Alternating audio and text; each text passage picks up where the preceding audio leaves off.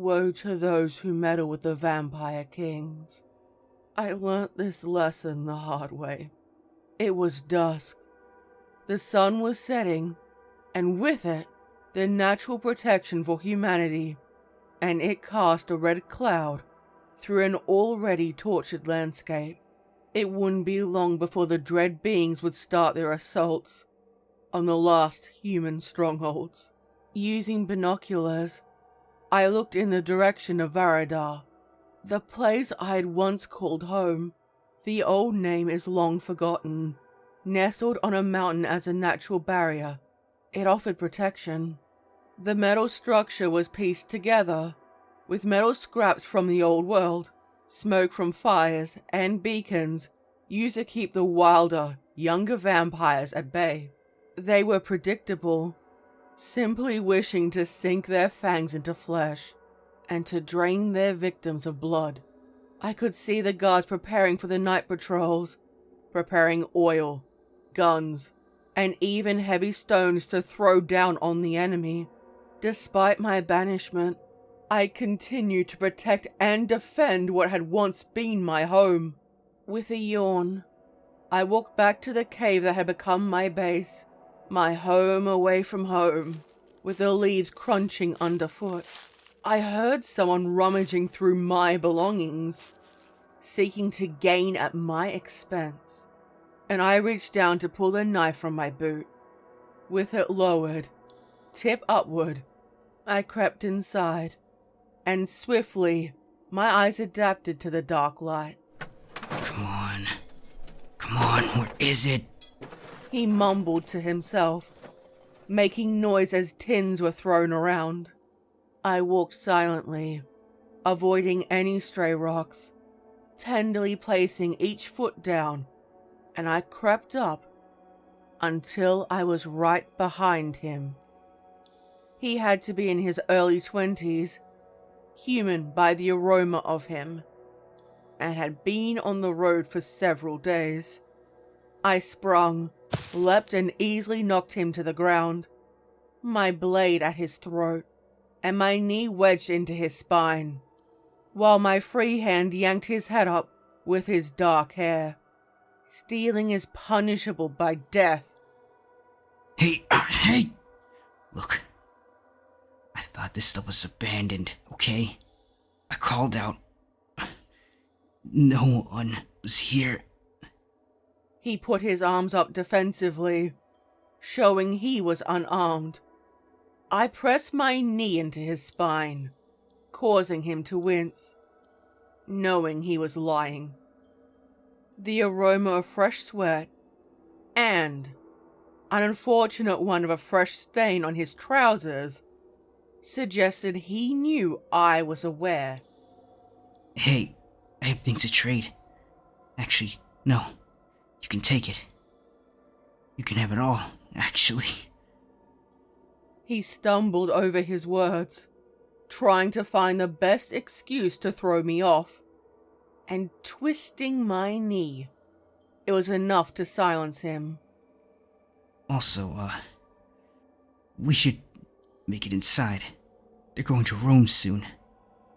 We can help each other. Gotta have someone to watch your back, right? Plus, if you slit my throat, it would attract them. He blubbered, swallowed a stray mouthful of saliva, and gave a strained smile. You wouldn't want that, would you? I smirked in the dark, inclining my head, and he wasn't wrong. Everyone knew what they were. He didn't recognize me for what I was not, yet. I released his hair, bringing his hand behind his back, before I brought the other, and held the blade between my teeth while I bound his hands. He kicked idly in protest, and I got a look at his face. A scar down one cheek and along his hands. And clearly, he hadn't eaten in days. If you survive, I'll give you something to eat. His lips were a wrinkled line of sheer confusion, torn between gratitude and fear. Thank you? When I started to lead him outside by the arm, keeping him close in case he ran. Thus far, only the sounds of owls and other nocturnal birds filled the night sky. The human settlement, like many others, were silent before the siege began. I took him out. His body was rigid, struggling not to breathe too loud and alert them to us. He closed his eyes, muttering a prayer to God, the devil, anyone else who could help him. I tied him to a tree surrounded by many others, one with a thick trunk that couldn't be uprooted if he pulled on it, and crept into the shadows. I knelt on one knee to conceal myself behind a trio of trees protected by the undergrowth, peering through the foliage. I didn't have long to wait. They walked on all fours, snarling and snapping their fangs at each other to establish dominance. Their traces of humanity had left them. They were naked, all except for the tattered remains of their clothing. Their eyes were empty, relying on the instinct of beasts. An elongated jawline altered the shape of their face. Thick canine teeth were on either side, and they caught his scent, raising themselves temporarily upward, awkwardly standing on their hind legs and sniffing at his face. His head turned aside, only to have it yanked back, and their gesture bordered on playful, despite the inherent sadism. In the distance, I spotted more of them approaching, driven onward by their growing excitement of the others, and they began to become territorial, pulling his head hard enough to where a snap told me his neck was broken. He screeched when his head was ripped clean off, causing the feeding frenzy to begin, and they pounced, snarling and ripping into flesh. They were uncaring about the physical harm they were doing to each other, leaving deep, gory bite marks and scratch marks. I came up from behind while they were distracted with their feast, tearing limb from bloody limb, and he resembled meat more so than a person. I stabbed into the base of the closest one's neck, withdrawing and coating my hand in black, sticky blood. I struck down another before they realized I was there. Other than turning to me and snarling, they weren't interested in me as food, but as a competitor. One by one, more mangled remains were left behind, and I looked at whoever he was. With more blood on the ground, mingling with theirs, and I wrinkled my nose, using one hand to stop the flow, ignoring the sizzle and smoke when their blood touched my skin. Using my free hand, I scooped up the fresh human blood, managing to take only a couple of handfuls before it became too polluted. I spat the excess on the ground, wiping it from my hand, only to have raw, blistered skin in its wake. I heard screaming from the town and knew the larger assault had begun. Fires had been lit to fill the void. The spotlights had missed, creating vast shadowy areas. I knew the humans would barely see them. Their eyes glowed yellow with more arriving the longer nightfall remained, and they howled to attract more of their number. Many would blindly run toward the flame, blind to fear, and driven solely by their instincts. However, corpse after corpse piled on top, only to snuff the fire out. Some used the pile to climb up the walls, only to be shot with bullets or stabbed with pole arms. Their bodies, too, added to the pile. The faintest rustling behind me caused me to turn my head. I saw one of them, Not the younger, beast-like version, but an elder. He stood, pale and calculating, in terrifying contrast to the other. His build bordered on frail, a long coat swayed, and his hands rested inside his pockets. Pale eyes watched me under dark eyelashes. They looked me up and down. His black hair was tied back, keeping his face clear of it. Out here in the wilds, he truly looked out of place. His nostrils flared slightly, and his lips became a thin line, the top wrinkled upward. Gentle fingers unfurled, gestured to the corpses nearby. Don't tell me you have been feeding on these. A hint of a taunt behind his words. Realization set in, and he realized what I was. Not quite human. Nor was I a vampire. A half-breed.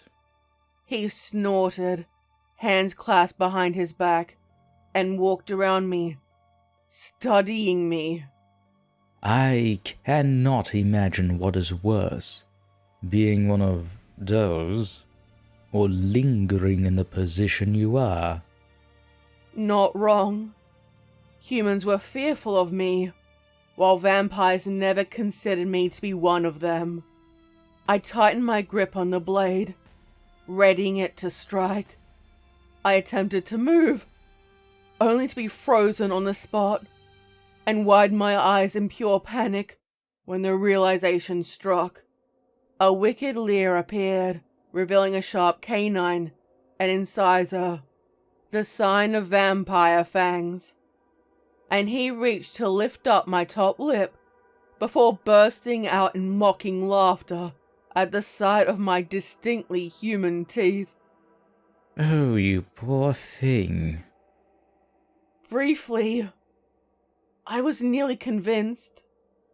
Do you even have any vampiric traits at all? I choked, attempting to answer him. He stood a hair's breadth away, looking at my eyes. His were yellow with flecks of grey inside them, and he reached down, planting his open palm firmly above my groin. Curse down here as well. You're little more than a human with good eyesight and a tad more ability. How shameful. Mine pulled on his, and his lifted with an arrogant showing of palm in mock surrender. Perhaps death would be too kind for you. A drawl followed, and I knew the outcome wouldn't be good. I felt a squeezing in my mind, feeling my breath become slower, and craved to put my own hands around my neck. Soon I collapsed on the ground, gasping for air and in a daze. He took my knife with barely his fingertips, threw it away as though it were dirty, and letting it fall randomly. I took one final look in its direction when I was pushed to the ground and dragged in a daze along the forest floor. He didn't bother to conceal his footsteps. Some of the lesser vampires ran over, thinking that I was food being brought back to the nest, and yelped when they got too close. They rubbed their faces and followed, growling until they went in search of fresh and easier targets. The tree line grew bare with the open sky, and I had a rough idea of where I was being taken. The ruin of a street sign. The old writing faded, with red paint of a triangle, a warning vampires had claimed the land.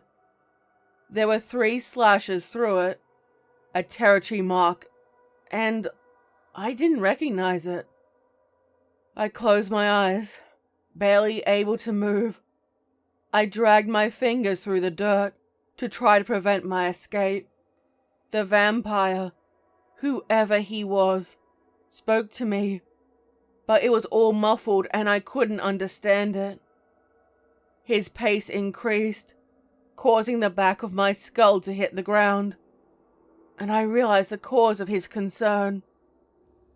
The night was yielding to the dawn. The smell of the vampire's lair is barely noticeable to humans, a near sickly sweetness. But for me, I can smell the decay of the nearby corpses, even when they were dried out husks. A long tunnel of what had once been part of an underground railway line that connected for better or worse to other areas and territories. I could hear them, the different types. Hairless, coating their bodies in chalk and ash, and growing to monstrous proportions. They stood guard at the entrance, ready and waiting to die. I heard muffled sobbing, seeing humans locked in metal cages hanging from the ceiling, their bitten limbs hanging down. Droplets of blood feeding the imprisoned vampires down below. They too were caged.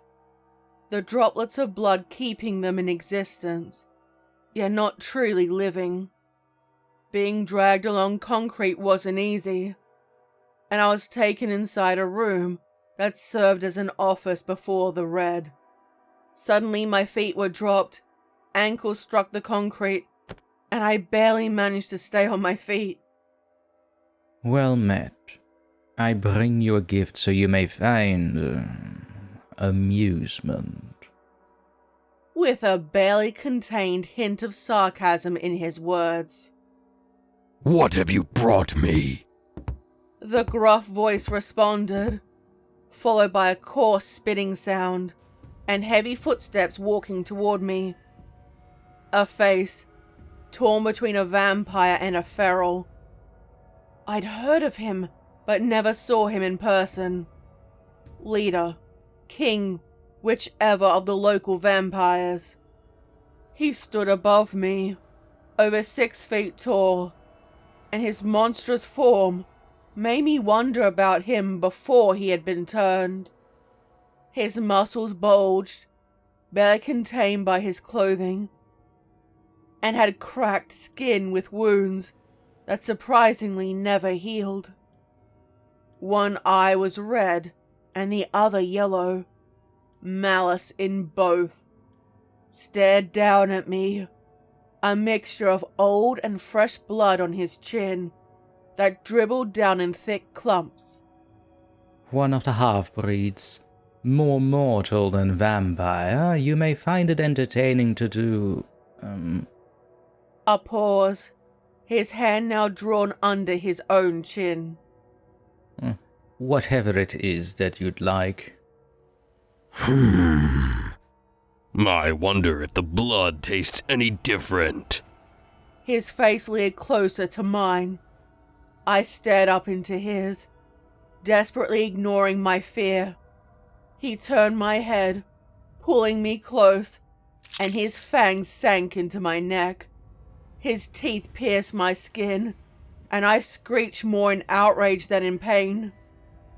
A hybrid. I knew I didn't have much hope of escape. Humans were fed on, and clearly, he believed hybrids were too. I knew I wouldn't have much hope of escape running, though at the moment I was trapped inside the building. My fate was sealed. Now, I'd like you to return my sister. He was stern, yet his voice quivered, pacing around the room, uncaring of my fate. Now partially drained, I was thrown on the ground and barely managed to use my arms to support myself when I fell. Their attention focused on each other. The leader lifted my captor's body up, a mismatched smirk on his face, and stood, his cracked skin raw in opening areas. He leered over the smaller one, his frame dominating the gaze, and the smaller arched his back, moving out of his space, yet had clenched fists, chin raised in defiance. You're in no position to banter with me, He roared. This then paused, pointing down to me. Is not enough for her to be returned. For your sister is. He licked each of his fingers slowly, taunting him. Delicious. A rare flavor. She isn't a blood bag. My captor spat through gritted teeth. She isn't your blood bag. All humans are for feeding. Or have you forgotten the pledge? He snapped, malice dripping from his voice. You favor bloods over fangs? He snorted with distaste, a mocking laughter, and shook his head. Some vampires were capable of losing their human connections easily, while others, unlikely, had any at all. She belongs to me. A sob at the back of his throat interrupted what he was going to say. Then his tone hardened. You cannot take what is already owned. I listened, perhaps able to use this angle later on. I took her by force. All I need to do is kill you and do whatever I wish with your blood cattle. Since I wasn't looking, I couldn't tell who threw the first punch. The pair erupted into violence, with my captor taking a beating after being slammed into a wall, and unsure when another opportunity would come up. I took it. I started to crawl on the concrete floor, trying to get some distance between us, and since the daylight peered down, their strength waned. Most would become sluggish, especially during midday, and that would be my time to escape. I heard a scream, and knew the leader was feeding on my captor. A vampire feeding on a vampire. One of the few ultimate ways their kind disrespected each other. The guards were posted near the center, leading to the gate, and I wasn't sure if they were blood traders, humans who sided with vampires, who would be waking up for their shift. I nestled between an old rubbish bin, a metal row of chairs with spikes to prevent homeless people of old sleeping there in years gone by, and a pile of rubble. The heaviness in my limbs was fading, and I needed to make a move. Unsure whether he was losing control due to focus or injury wasn't my concern. I heard talking between humans, with thick barbed collars that beeped occasionally, around their necks, with a single prong going into their skin. However, they were carrying M9 carbines, Kevlar body armor, and helmets lifted revealing their faces. While I didn't wish to kill any of them, I wanted to make it out alive. Humans never attack vampire settlements during the day anymore. Too many attempts had come and had failed. The blood-dried bones littered the outside as a warning. There were two sat at a table, their guns held by slings, and rested alongside themselves, while two others stood resting. They chatted idly. They smelled clean, healthy, and I wondered why they chose to remain here. Threats, the promise of power, a slave collar around their neck. I wasn't sure. Two vamps are fighting it out in the king's office. Should we intervene? One murmured in a bored, monotone way through a radio. Not our problem. Came the equally bored, bordering on contempt reply. He readied his gun and stood, the metal stool pushed out behind him. Ready up. We have a delivery. They swayed a little, an unspoken silence spoken, and a loud beep sound passed through. Red flashing lights and sirens caused them to bring their helmets down to conceal their faces. The heavy gates opened, while a large group of shackled humans were herded through. They were divided up with the soldiers pointing, shouting for different ones to enter each of the 3 containers. and I couldn't tell how they were selected or why. Families hopelessly tried to keep hold of each other, emitting barely comprehensible cries and screams. They were driven with curses, electric shocks, and the threat of gunfire, straight into those shipping containers, and the doors slammed shut behind them. They were exhausted, starved, and injured, not allowing them time to think or react, and thus were left in the dark, and they awaited their grim fate. I used that time. I snuck out and heard the heavy doors close behind me. I didn't wait to see if I'd been spotted or not. I kept going. The increased heat of the day guaranteed my time, unless the human soldiers followed me. Fortunately, the area was deserted. No vampires were awake, and no humans dared to come close. There were empty shacks with mattresses, old tin cans, and blackened campfires, showing this was once a human settlement before being overrun. The intense sunlight burnt my skin. I used my hands to protect myself and kept moving, knowing they'd likely follow my trail during nightfall. I jogged down an overgrown road, stepping over some unfortunate souls.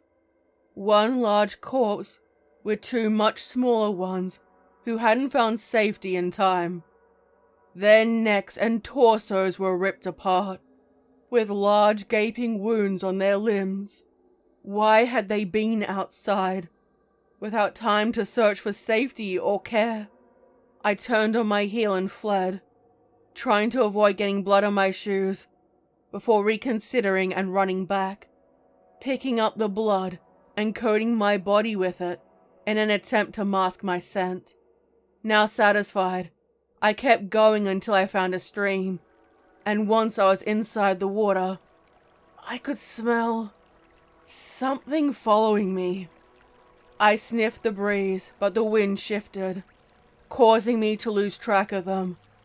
And if it were a vampire, my trail would be easier to find. I kept moving.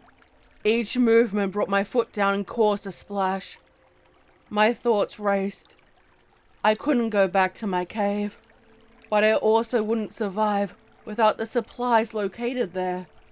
The sun was still in the middle of the sky, blaring down and leaving harsh boils on my skin. I sought refuge in the trees, reducing the risk of my scent being on the ground, but I made my way. I had a feeling I was right. I was being followed.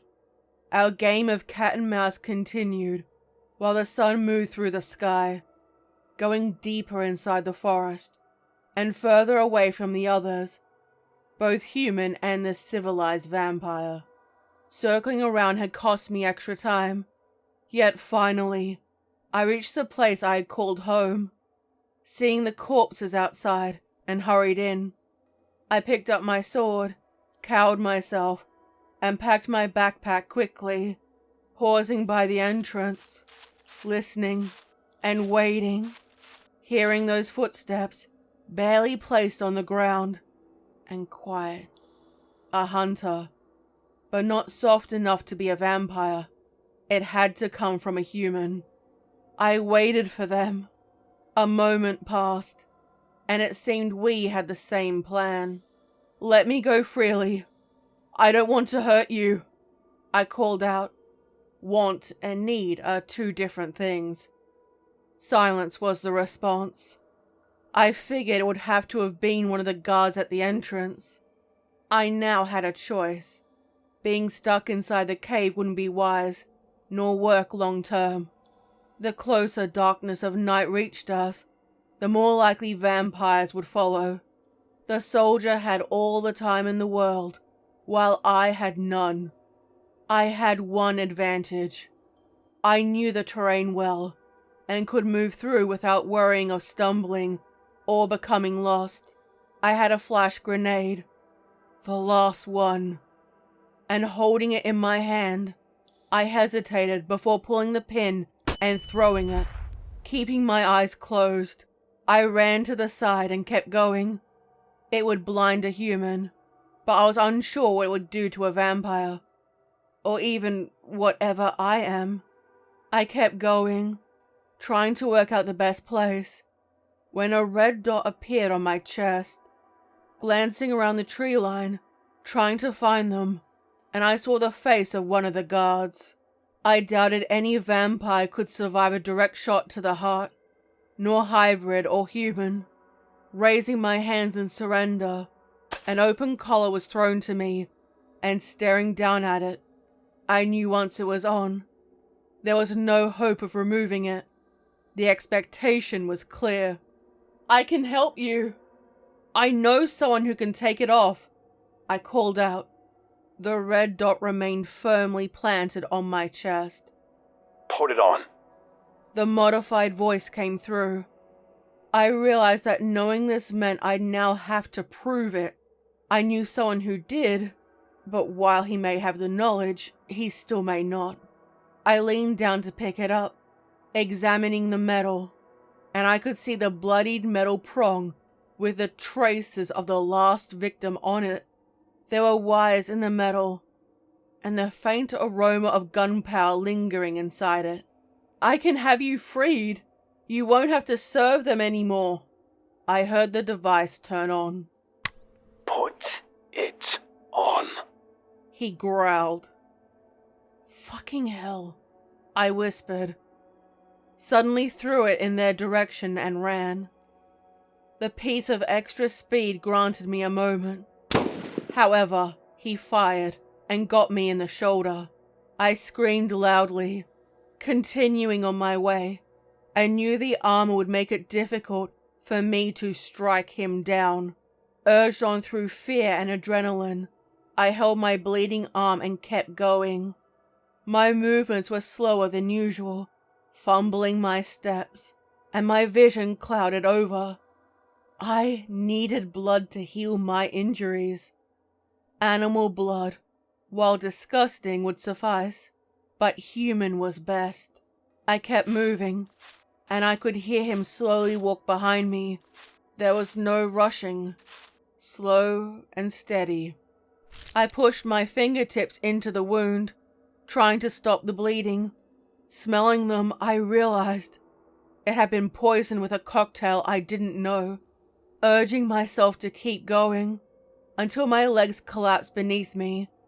I fell to the ground and reached for my sword. I put my back against a tree trunk and waited while he was getting closer. He made his approach toward me, his gun casually pointed at my chest, and was waiting while it was affecting me. I could see my reflection in his helmet. My lips and ears were bleeding. I could barely breathe. Raspy coughs followed, and my arms circled defensively around my body.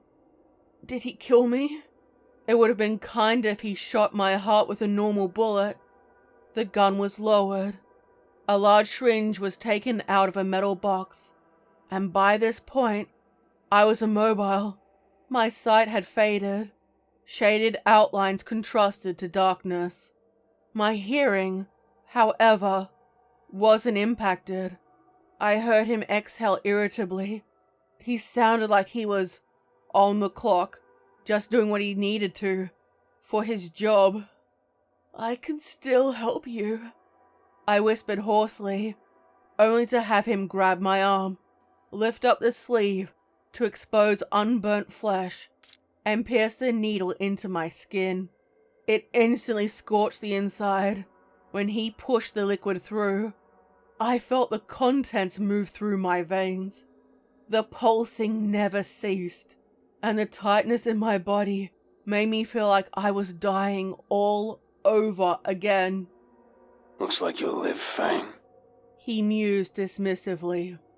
Time to get you back to your masters." I saw the open collar in his hand.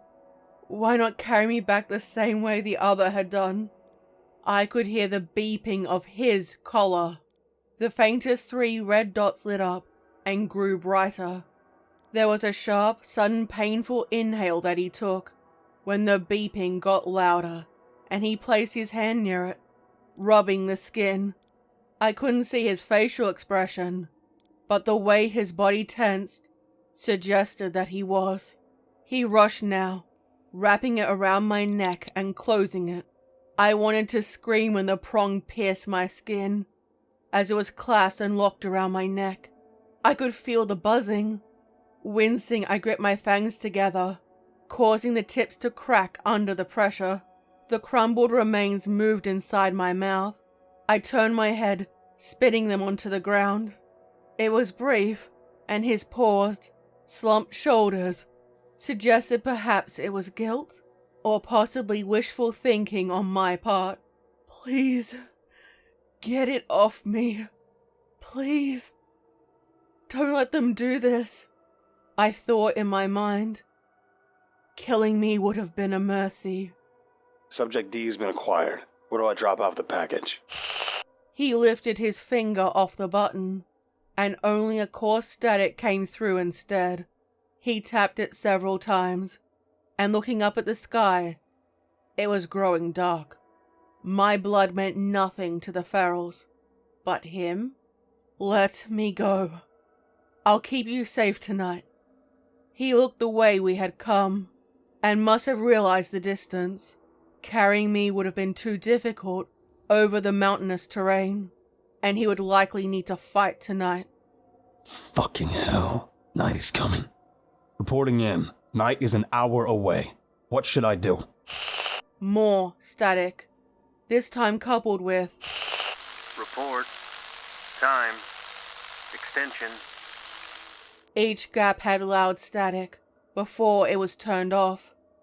He smacked it again, kicked the ground, and opened up his kit. Removing his helmet, I recognized his face from the gate, and the frustration was carved into his face. Taking out a syringe, smaller than the one he had used on me, and injected it into his neck. His pupils dilated, and it gave him a burst of energy. Please, let me take you to...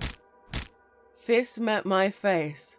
Once, twice, and 3 times the charm, and my head struck the back of the trunk. When I blinked awake, my arms had been bound, and sharply I turned my head, and the prong ached and burned in my skin. It was night, and the guard and I were up an old watchtower, used to keep an eye over the forest. The metal structure swayed slightly in the breeze, and he sat with his helmet off. Through the window, I could see he left traps on the metal stairs. Thus far, the ferals hadn't located us. My body was drying out. My head throbbed. My nose and side of my face was swollen, making it difficult to breathe. Looking down at my arms, I saw the boils had not yet healed. They cracked and split, their contents casting a foul odor. I need to feed. He ignored me whilst he scanned the horizon for any sign of them. Please. He opened his kit, and then a bag, similar to the yogurt ones from the past. The moment the cap was broken, I could smell the blood, and my lips parted, hungry for it. He held the blood bag to me with a straw. Without choice, I fed, and the pair of us avoided looking at each other. Once done, he wrinkled it up in his hand and placed it inside to mask the scent of blood. He forced himself to stay awake throughout the night. The howling snarls of the ferals outside, circling, seeking out their next target. I'm serious. I know someone who can help us, I murmured, and he turned toward me with his fist raised. Glaring up at him, challenging him, he closed his eyes, then released and tightened his fist again. He held a finger to his lips, warning me to be silent, and pointed me to the collar, then to his ear. His intense stare caused me to nod. The collars had listening devices in. Perhaps his brutality was to protect us. More likely, it was to ensure his own safety. He started rummaging around the old radio equipment, wiping dust away, and the wires were fried, rusted. He threw them down, swearing, and opened up the cupboards. Looking down at my arms, the blisters were beginning to heal, and lifting my bound hands, I started twisting and plying the bullet out of my skin, blood coating my fingers. Fortunately, it hadn't hit any veins. And finally, I got the piece of metal out. The cradle where the poison rested was broken, and I tossed it onto the floor. For a time, the pair of us were sitting, resting quietly. A familiar scent came. We're not alone. Vampire, down below us, I warned. While all vampires were against humans, not all vampires' interests aligned. The vampire didn't bother to hide his footsteps and stomped up the metal stairs leading up to the cabin. The guard readied his gun, pointing the barrel at the door, and waited. Still immobile, I dragged my body to the corner of the room, and leaving a blood trail in my wake. I have arrived for her, he said, then gave 3 loud knocks. The package belongs to King Bill of the Blood Clan. The sharp, contempt-riddled reply came back, and I learned the lead vampire's name. The vampire opened the door. The myth of vampires not being able to enter uninvited long broken. His slender frame came into view. Other than the fang marks on his neck, there were no other physical signs of the beating he'd endured. Thus, he must have fed and rested. His eyes had a cold, determined gleam to them. I doubted the rifle had bullets catered to killing vampires, even rogue ones. Teaching your pawns how to kill you was never a wise idea. I will not warn you again. The vampire gave that slow, arrogant smirk of his. Dark hair covered half his face.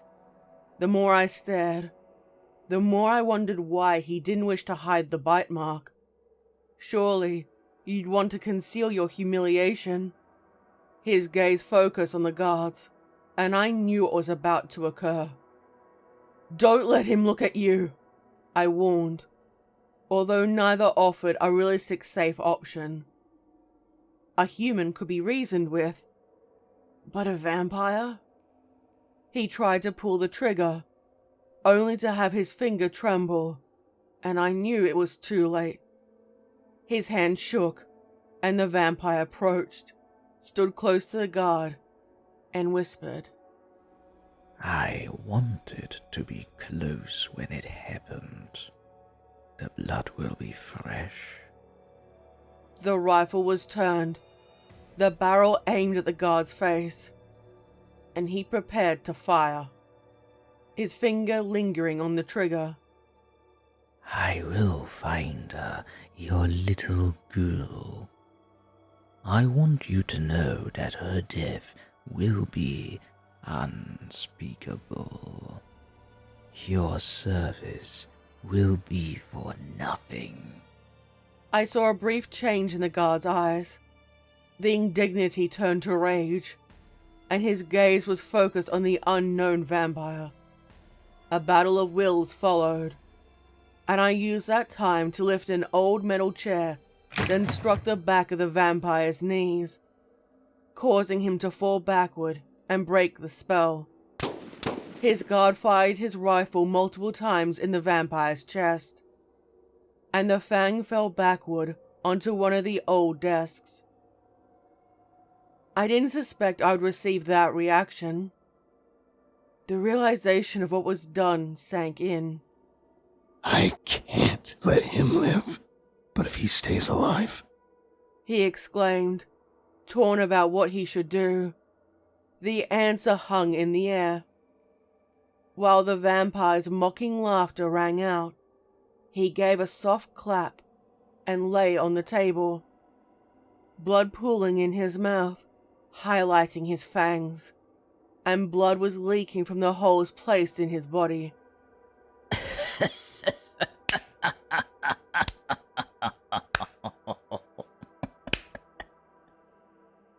How glorious!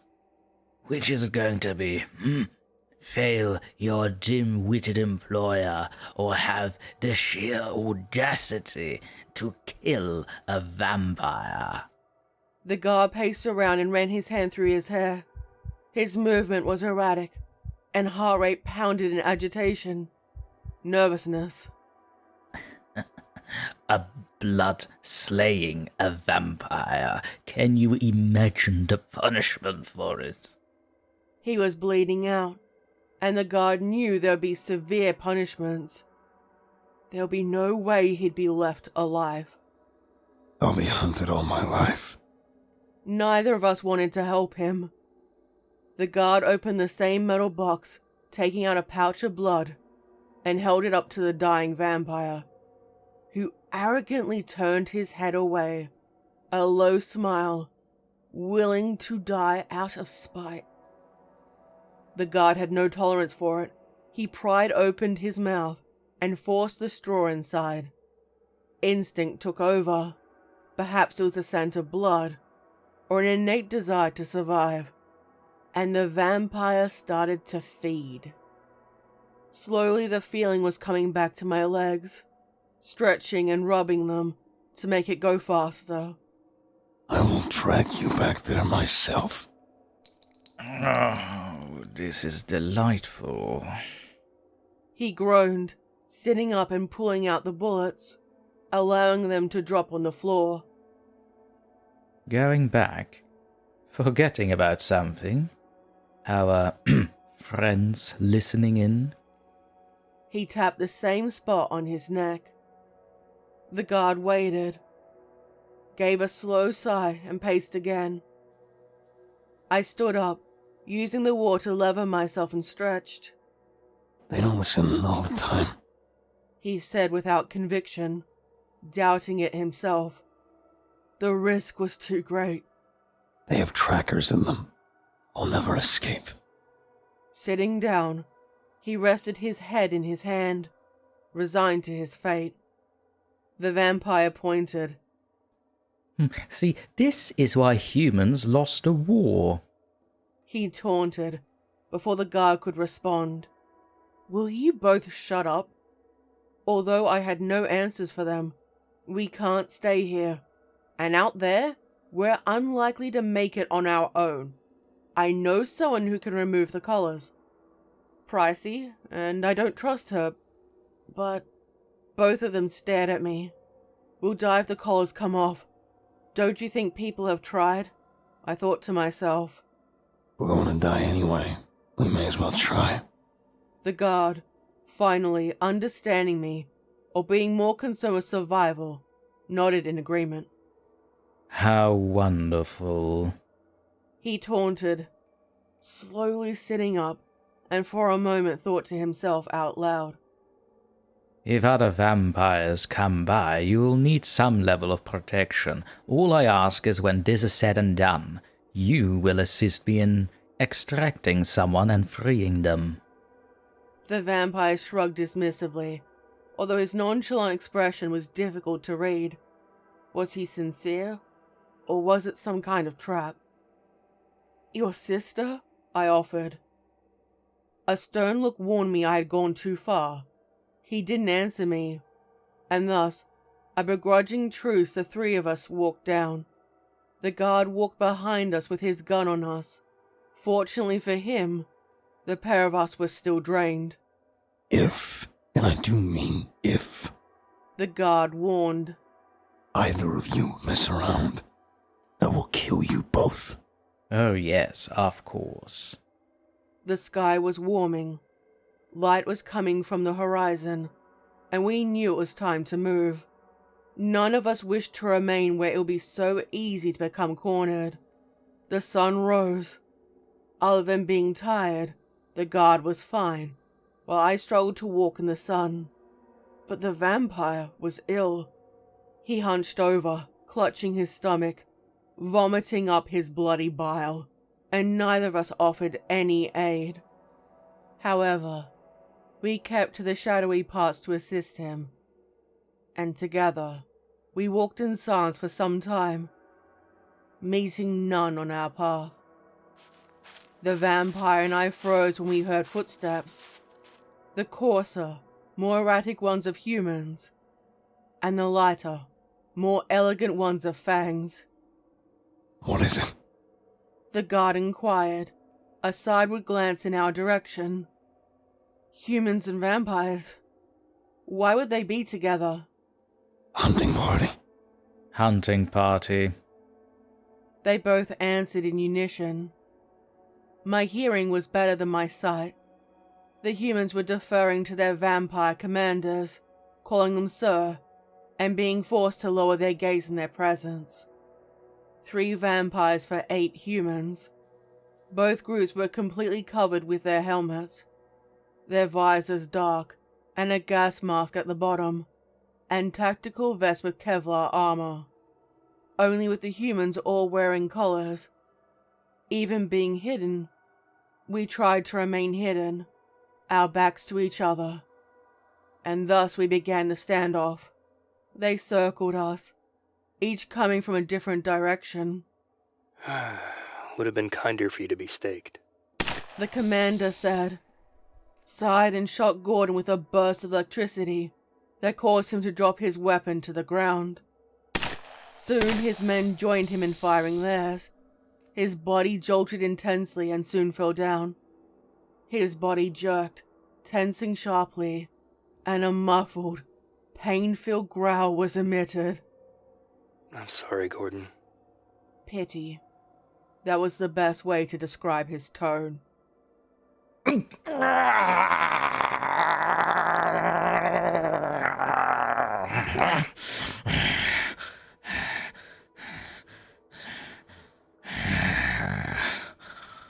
What?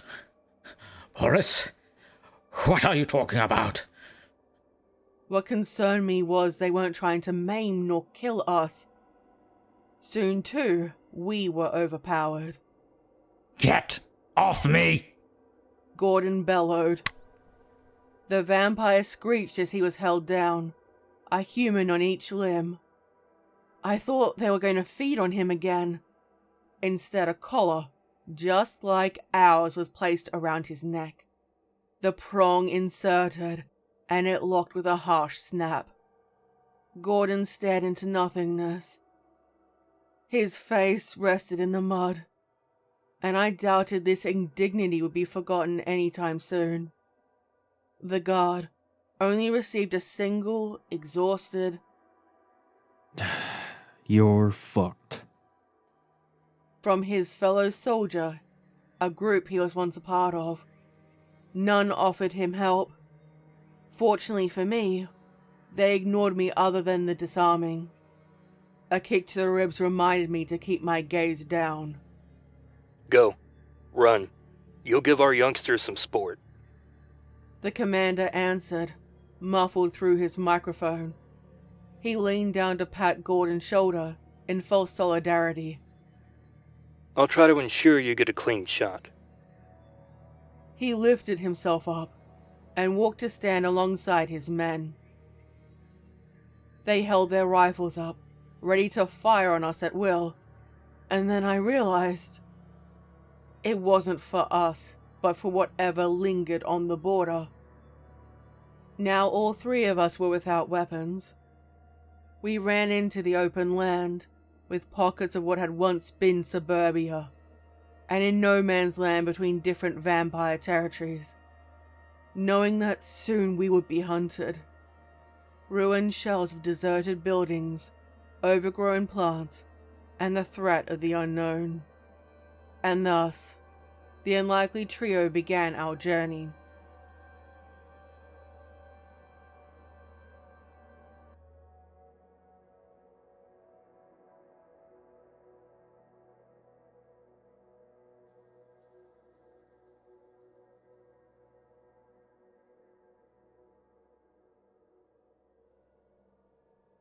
I hope you enjoyed this latest original story written by me.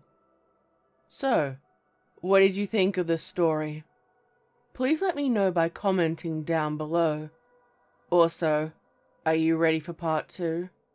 Don't forget to stab the like button, subscribe, and hit the bell.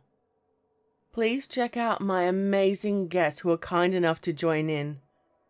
Vidith22, Razor Moon Productions, Creepyface, The Ghost of 94, Dr. Torment, Tormy, and Weekly Creeps. Please check them out and subscribe to their channels if you liked their work. If you would like to support my channel and my writing, perhaps consider becoming a channel member or a Patreon. Both receive custom videos and channel members get to use emojis during live streams. Ooh. So check them out right here. And I can't forget my subscribers and viewers. Thank you very much for checking it out. Stay safe, my little spooklings. And remember, I'll be watching you.